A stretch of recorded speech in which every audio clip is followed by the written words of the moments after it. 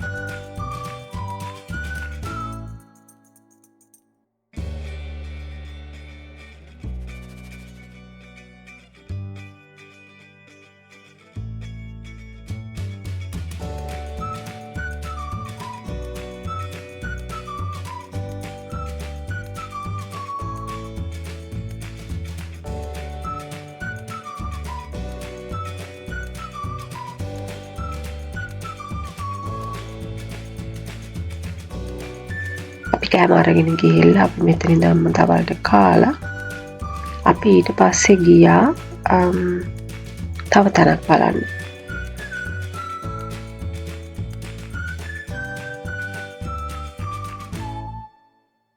බ්‍රිම්හැම් rocks බලලා ඉවර වෙලා අපි ගියේ රිබල් හෙඩ් වියඩක්ට් කියන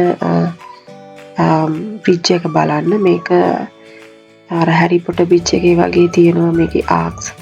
මේකේ 24ක් තියෙනවා. මේක ලොකු ස්ටෝන්ස් වලින් තමයි හදලා තියෙන්නේ.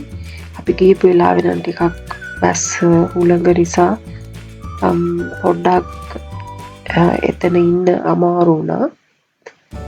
ඒවට හරිම ෂෝක් ෆීලිං එකක් එතෙන්ට ගියාම එන්නේ.